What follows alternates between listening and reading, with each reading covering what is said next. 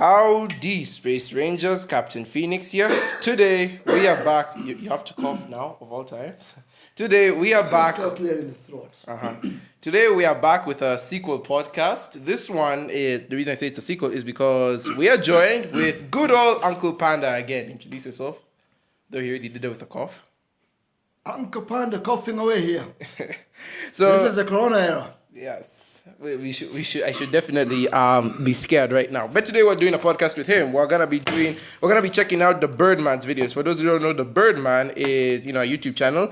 His main thing is that I lifted this up so they can see the channel. So what's this? His main thing is that he likes to dunk on Cinemasins. Like that's his whole thing. And if you were there last time, we said Cinemasins does this thing where they make fun of movies or they point out the flaws in movies, quote unquote. And so Birdman likes to make fun of Cinemasins. So they're making fun of the people who make fun of movies. And so I knew I needed Uncle Panda to get on board with me on this one so that we can review it together. So yeah, we're just gonna check them out.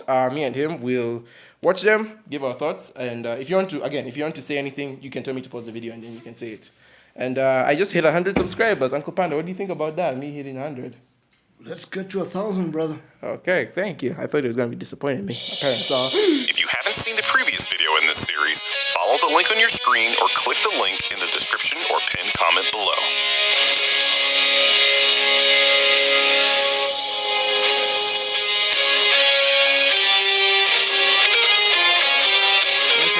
Up there real quick. Okay. By the way, you see this disclaimer? Please do not go attack the Birdman. He actually loves Cinemasins. Do not attack him on my account. I say that like as if I have any weight. You don't even watches my channel.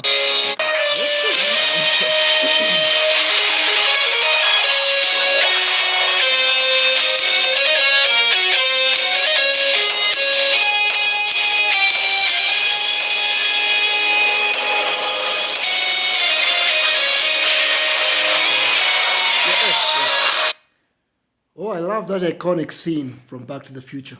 Can never get enough of it. Captain's log. I love it too. Doc,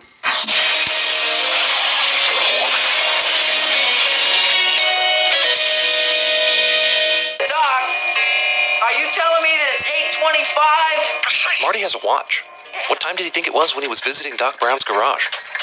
He clearly can't blame his lateness on the silly clock experiment. Notice how there isn't a 37 seconds of logos sin, even though there are 37 seconds of logos? I just thought I'd point that out, considering the small but annoying tangent of people that come here to say that Jeremy removes sins for short logos because they've done it once or twice as a response to criticism. You know, like how racist people start talking about their black friends in an attempt at deflection. My point is that they didn't used to do this, but now every video seems to start off with it, and it's fucking annoying. Just get to the actual sins. See what I did there? Anyway, when does the movie suggest that Marty is blaming his lateness on Doc's clocks? All he says in this scene is, "Damn, I'm late for school. I wear a watch all the time. I can only know the time if I look at it." Take your time. You'll get what I'm saying. Mountain Dew Hat clearly already knows that Marty is on the back of the Jeep, but reacts to it again like he's noticing him for the first time further down the road. What is actually occurring here is a man reacting to a kid using his car to skateboard. He looks at him multiple times because, well, what would you do if someone did this? Look at them once and then forget about it? If he brakes too hard, he could literally kill him. Also, Mountain Dew Hat. So this is the guy who voices. Jeremy points out things on the screen cliche.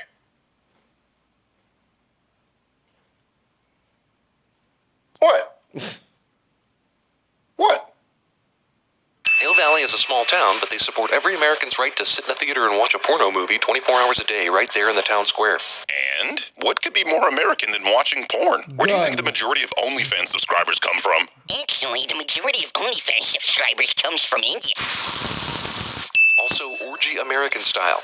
Hey man, when it's an orgy, I don't think anyone's instilled with a sense of nationalism. See, if Cinemasins was cool, they'd point out that Orgy American Style was an actual pornographic film where one of the actors of that film was in Back to the Future.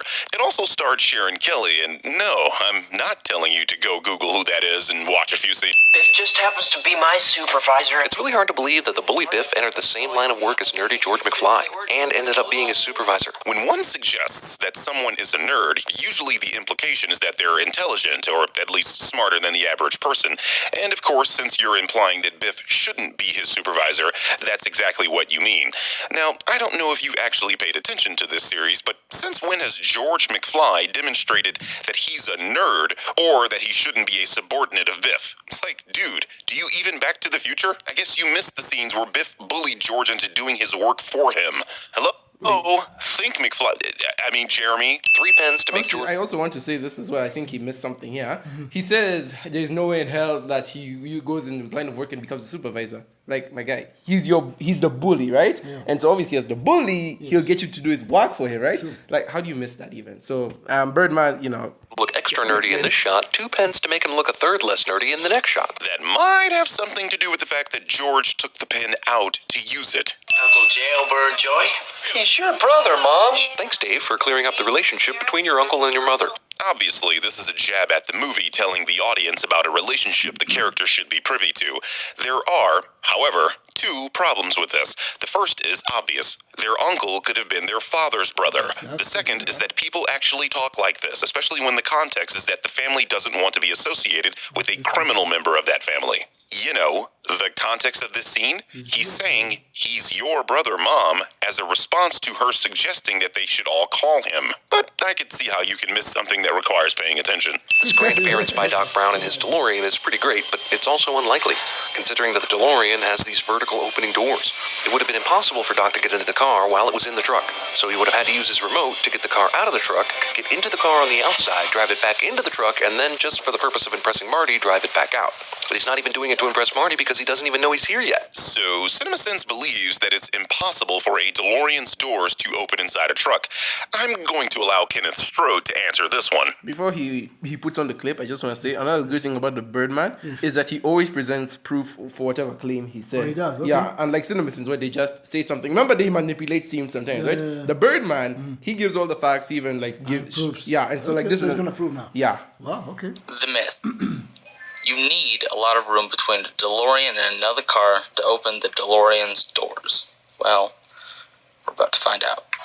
Oh, don't open that door. It might hit the car next to it. Oh, it's not hitting. How come?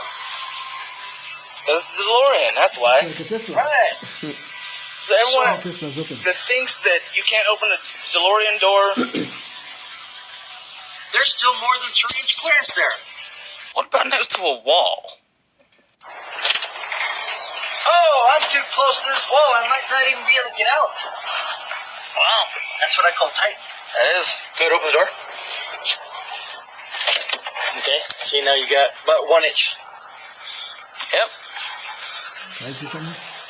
So, proof is in the pudding. Oh yeah. Why are these flames on the road that are true? After seeing that, I'm definitely getting my Tesla order confirmed. Okay. Touching Doc and Marty, not burning them. Because it's a poorly done special effect in a movie from the mid-'80s? I mean, in-universe, those flames aren't touching them. So is this a doylist or Watsonian sin? Do you really think Jeremy knows what those terms even mean? You're talking to a guy that giggles like a schoolgirl at the word cloaca. Oh, we have to, because Kermit the Frog, because he is a frog, has a cloaca. God damn it. There's no idea what it is. That's what? I want to hear it again. Kermit the Frog, by definition, as a frog, has a cloaca.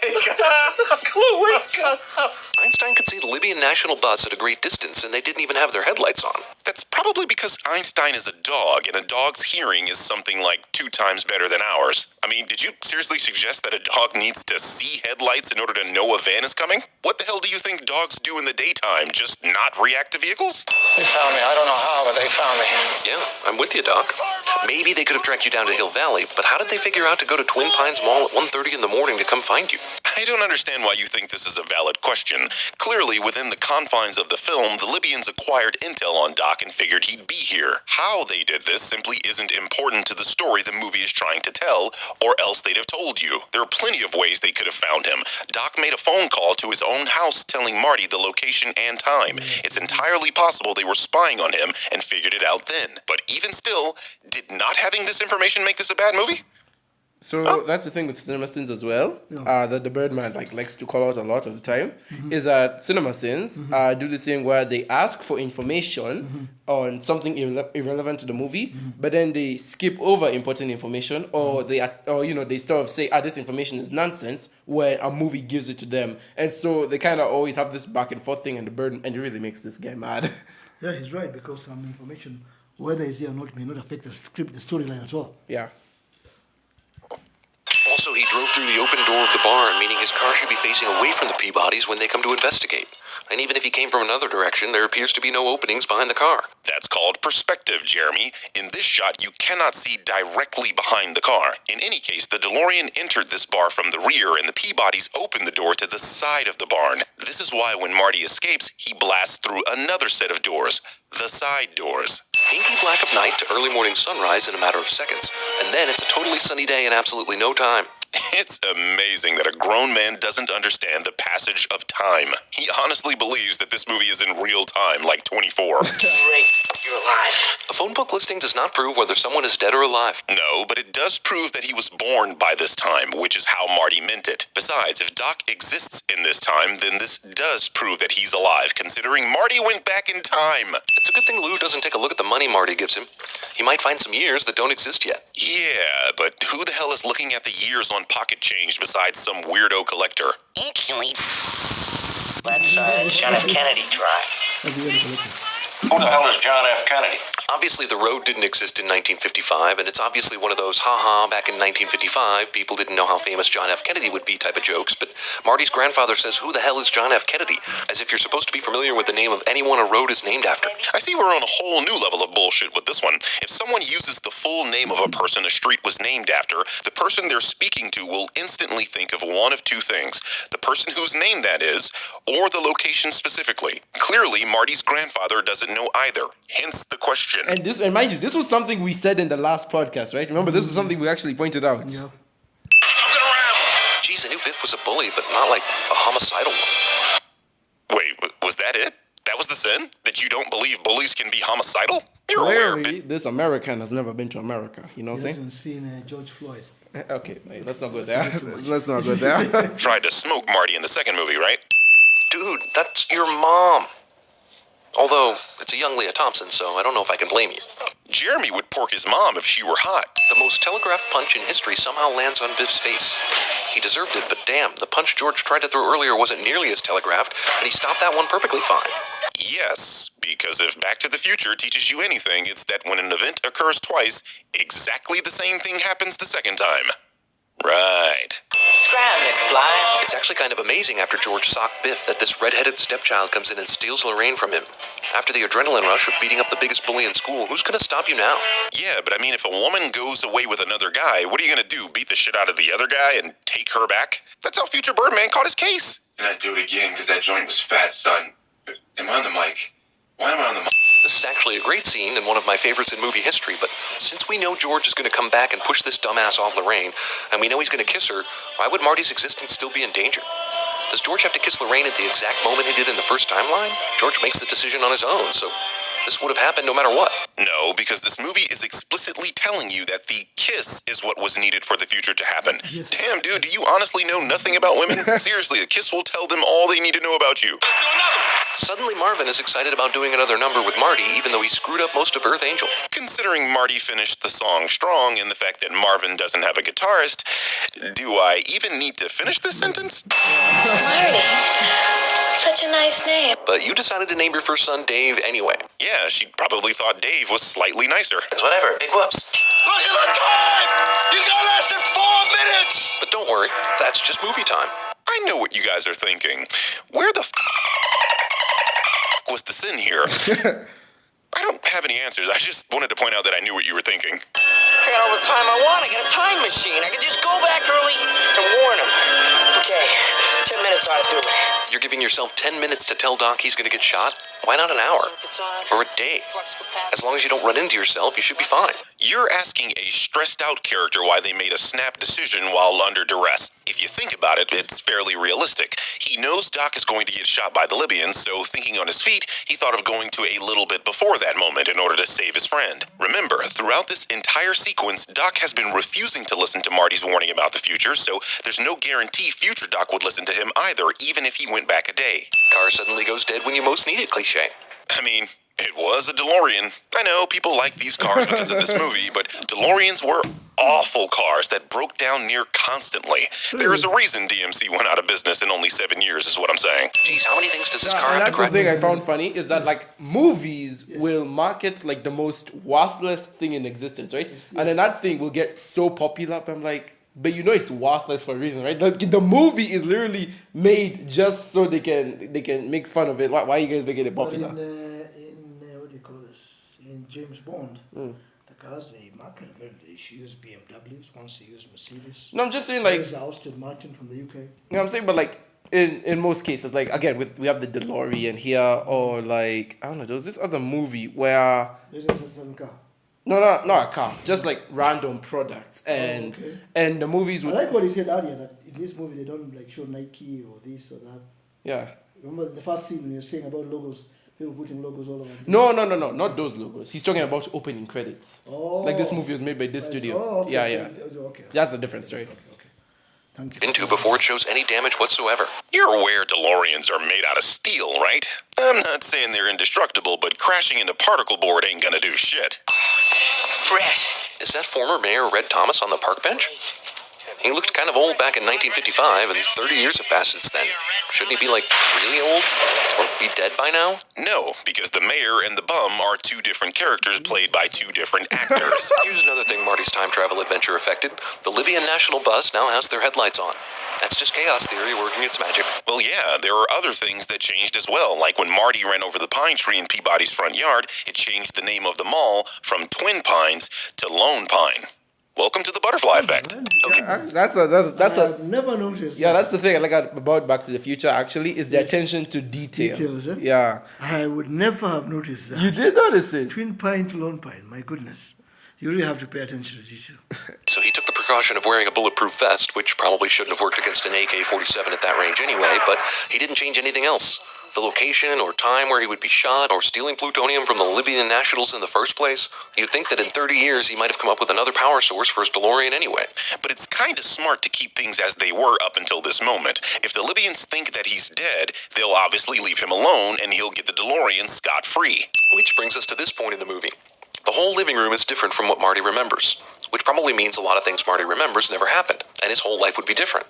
Yet his other self is still apparently the same guy, with the same experiences, who still hangs out with Doc Brown and finds himself in a time machine going back to 1955. It's arguable the whole world would be different, since he interacted with a lot of people and not just his parents. It's also arguable you have to keep time travel simple, or else you lose your entire audience and you don't become the biggest hit of 1985. Still a sin. We never said we were happy about that. Well, I mean, what Doc other movie came out in '85? You're right.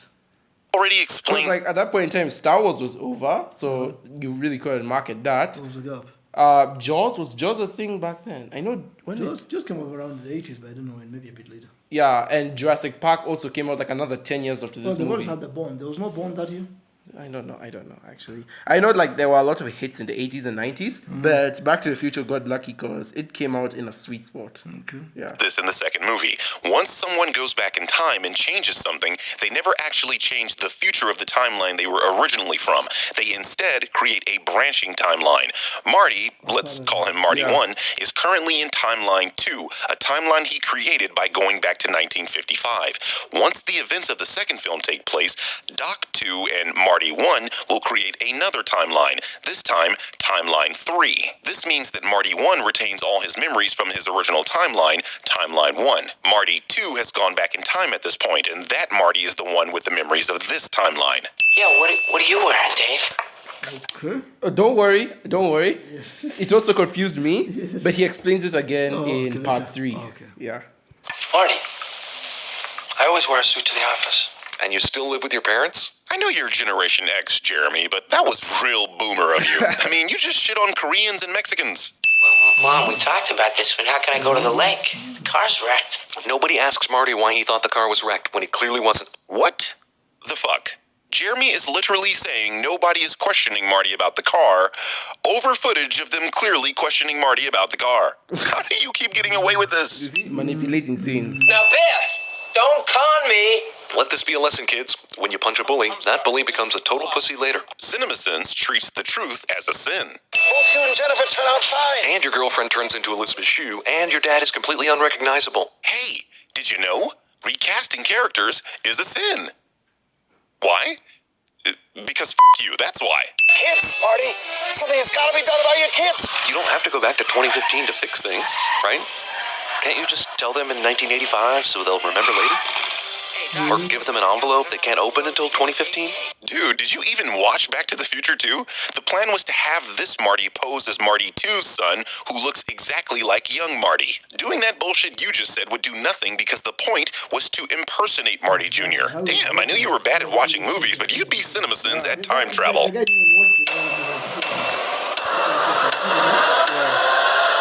Why does he refer to all the other channels by their numbers, but ask specifically for the Weather Channel? No one cares, Jeremy. What would have been really funny is if you'd have pointed out that Channel 63 is advertising inflatable tits. At 5% off. So that was yeah, I get that. That's funny. So that was the first part. You think he did a good job? Yeah, he pointed out most of the things. He pointed out the things I didn't even see. I've watched that movie so many times. Yeah, he again, this guy really shows his work when he makes a video. I guess I would hate to be someone like that, because it means you never really enjoy a movie. You're all the time thinking about this movie, this girl criticizing her, super criticizing her. Just let yourself go somewhere and just watch them. Yeah, no. Me and Fane, this guy should be like a superhero. The Cinemasins guys, they're just spitting out wrong facts. Like this guy, if no one else is gonna do it, I agree. I'm just trying to say, for him, to be a critic of a critic means you really have to see the scenes. Means you're not just seeing the movie, you are seeing the production, you're seeing the light, you're seeing too many details. Yeah, but you know, it's good. That's his work, I guess. Yeah. So part 2. This is on Back to the Future. Previous video in this series. Follow the link on your screen or click the link in the description or pinned comment. Because he's busy tidying wires and doing whatever. So someone has to do that work. Yeah. Below.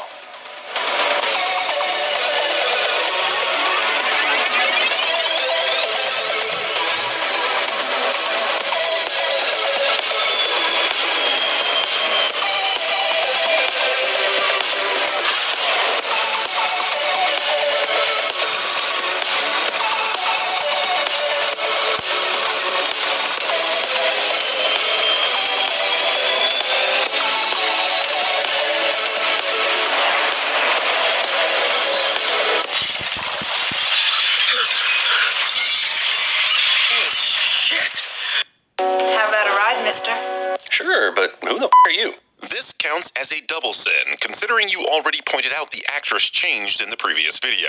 You batting the sin count, bro? I think you're batting the sin count. Also, is this movie recognizing that Marty's trip back to 1955 would have changed a hell of a lot? Yeah. Really? I mean, okay. I don't want to go. Should I go back and check? Is there even a scene? Probably. No, Jack. If he says it, so I guess. More lives than just a handful? Because Jennifer Parker turned into Elizabeth Shue. This counts as a triple sin, considering you already pointed out the actress changed in the previous sin. You batting the sin count, bro? Wait, is he repeating? I think you're batting the sin count. You're acting like you haven't seen me in a week. How about ever? This counts as a quadruple sin, considering you already pointed out the actress changed in the previous sin. I think you're batting the sin count. Hey, Doc, you better back up. We don't have enough road to get up to 88. Part 1's mistake becomes Part 2's mistake. I could get up to 88 in a Prius with that much road. Okay, but this is, again, something you've already sent the previous movie for. If you know they're doing a reshoot on this scene, they have to say exactly what the other movie said, for continuity's sake. And even if you had a quarter mile, you couldn't do 50 in a Prius. Why is Jennifer so willing to immediately hop into the DeLorean without one question asked? Maybe because this is her boyfriend, someone she trusts implicitly, and Doc is her boyfriend's friend, someone he trusts implicitly. Not every woman is a goddamn question-a-minute nag. What the hell is going on here? Only Biff in the entire neighborhood sees this. Yeah, so what's your point? October 21st, 2015. Hey, that's the day of this video's launch. What a coincidence. Hang on. What? It's not a coincidence? Wow. Why wasn't I told about this? So, Cinemasins planned to release this video on the date the movie takes place, and they decided to point that out, which is cute. But why are they treating them releasing a video on a specific date as a sin of a movie? Because you, that's why. Wait, did Just you asleep and using alpha rhythm generator. She was asking too many questions. Maybe you shouldn't have ridiculously crashed into Marty's driveway and allowed her in the car in the first place. Hell, you didn't seem to think it was a big deal when you told Marty bring her along. I'm just here to point out that Jeremy asked why wasn't Jennifer asking questions when all Doc and Marty wanted was for her to get in a car. But when presented with evidence that she does ask a ton of questions when that car starts flying and time travels into the future, he's completely ignored that to talk about something equally irrelevant. Also, and this is not an original point by any means, but why do they have to go to the future to change things when Doc could simply tell Marty in 1985 how things are and to avoid making bad decisions? This counts as a double sin, considering you already asked this question in the previous video. Also, as I said in that previous video, the plan was to have Marty pose as his son, Marty Jr., which would mean that Marty simply having information about his son's troubles wouldn't be enough to change them. Wow, Marty somehow produced a child with Jennifer that contained none of her DNA. Oh no, a kid looks more like one parent than the other. Well, that never happens in real life, so I guess that must be a sin. Oh, wait. Cubs sweep series in 5? Did they think the World Series would be 9 games by the time 2015 rolled around? A gentleman's sweep is still a sweep. Hey, what about Jennifer? We're not just going to leave her here. Actually, you are, and it turns out exactly as such a bad idea should turn out. Look at that. Only 15 cents in, and Cinemasins is already just watching the movie and reacting to the plot. Apparently, Jaws 19 will be directed by Max Spielberg, Steven's son. This must mean the family is in serious dire straits to take such a whoremongering gig. I'm gonna go ahead and tack on 10 cents for sinning this scene, and with such weak sauce justification, too. How did Pussy Biff from 1985 ever get around to procreating? The guy was in his late 40s, definitely with no kids, but for the purposes of the sequel, he manages to find one willing female to marry into his lucrative auto-detailing empire. And that kid also had a kid. Wait, you honestly think pussies don't get married and have kids? Oh, that's why you don't have kids. He's Griff. Yeah, something that Doc didn't tell you for some reason when he hatched this half-assed plan. Except he actually did. Okay, now what? In exactly 2 minutes, you go around the corner into the Cafe 80s. Go in and order a Pepsi. Here's a 50. Then wait for a guy named Griff. Griff's gonna ask you about tonight. Are you in or out? Tell him you are out. Whatever he says, whatever happens, say no, you're not interested. What's wrong, McFly? Chicken? Thus begins an incredibly ridiculous trigger word that the next 2 movies will use to advance the plot several times. Surprise, surprise, Jeremy is sinning characterization yet again. Character traits are not flaws of a film. This is like saying Deckard is an idiot for being distrustful of replicants because he'd eventually have sex with the only one who would bear a child. Hey, let's do everything we did in the first Back to the Future, only 2015 style, with 1989 knowledge. Yeah. What's the problem? Hey, McFly, you bojo! Don't burst all work on water! Unless you've got power! Well, it's still hovering, right? Why does it still have backwards? Because power. power to hover but not move? You know, I don't necessarily have a problem with this sin. My beef is that this is a clear demonstration of a movie giving Cinemasins rules, yet that still isn't good enough for them. Besides, the movie clearly shows Marty pushing off the ground when using a hoverboard, meaning it still hovers over water, but he has no propulsion or momentum to keep going. Keep it. I got a pit bull now. How? That thing clearly flew into the building. You were not a first responder on the scene and could not possibly have gotten all the way back here faster than Marty did anyway. If you watch the scene very closely, you can see that when Griff flew into the courthouse, the pit bull actually landed on the steps outside of the courthouse. Great Scott! Now we know why they just left Jennifer in an alley. So this movie had a completely unnecessary way to have more conflict. But isn't that what a movie is? A series of conflicts that are hopefully resolved by the end? I mean, if these events never happened, then you don't have a movie. Think about it in terms of the movie being actual reality. Would a movie about these events even exist if there was no conflict? Are you seriously campaigning for a movie where literally nothing happens because the characters within are perfect and have no flaws? Biff managed to be in the perfect I'm just gonna put it out here right now. This reminds me a lot of my brother, who shall remain nameless. What is wrong with my English? But yes, character flaws are not sins of the product. I'm just pointing that out. Placed to not only hear about the time machine, but get his hands on the sports almanac. Again, if he wasn't there would be no movie. I seriously gotta review your book, dude, because I'm sure the guy who voices Cinemasins made a book, and this dude riffs on it. I haven't read the book, so I can't say if it's good or bad, but this dude makes fun of it. it's one of two things. Either nothing at all happens and the book is fucking terrible, or things that are convenient happen so the plot can move forward, and you're a hypocrite in these videos. I've read it. It's 100% the latter. I will give him some credit, though. This guy...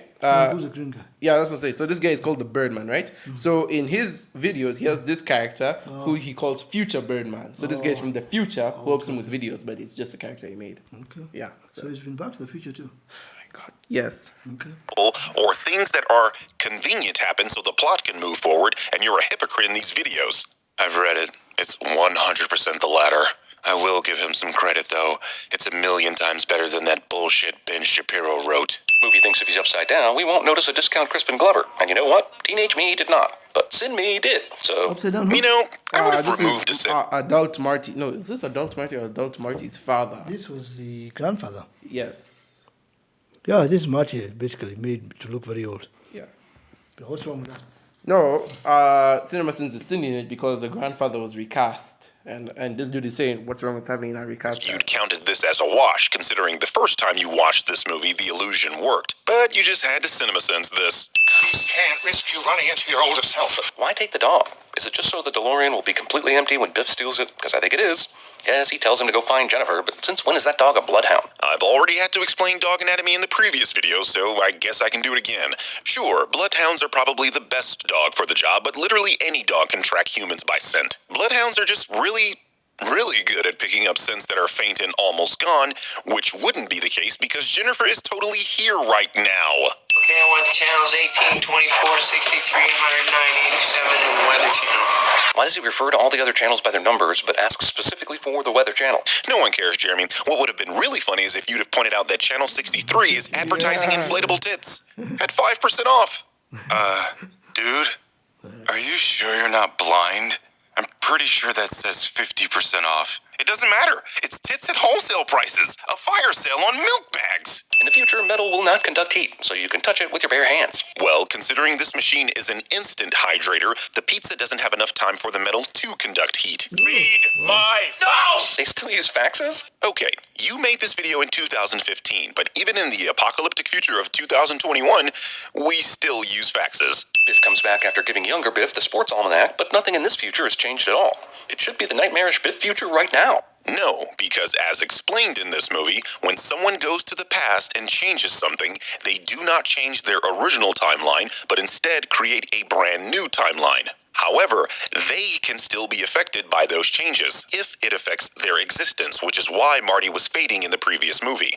In a deleted scene, right after Biff comes back with the DeLorean, he fades away and dies, which is consistent with the logic presented in the first film.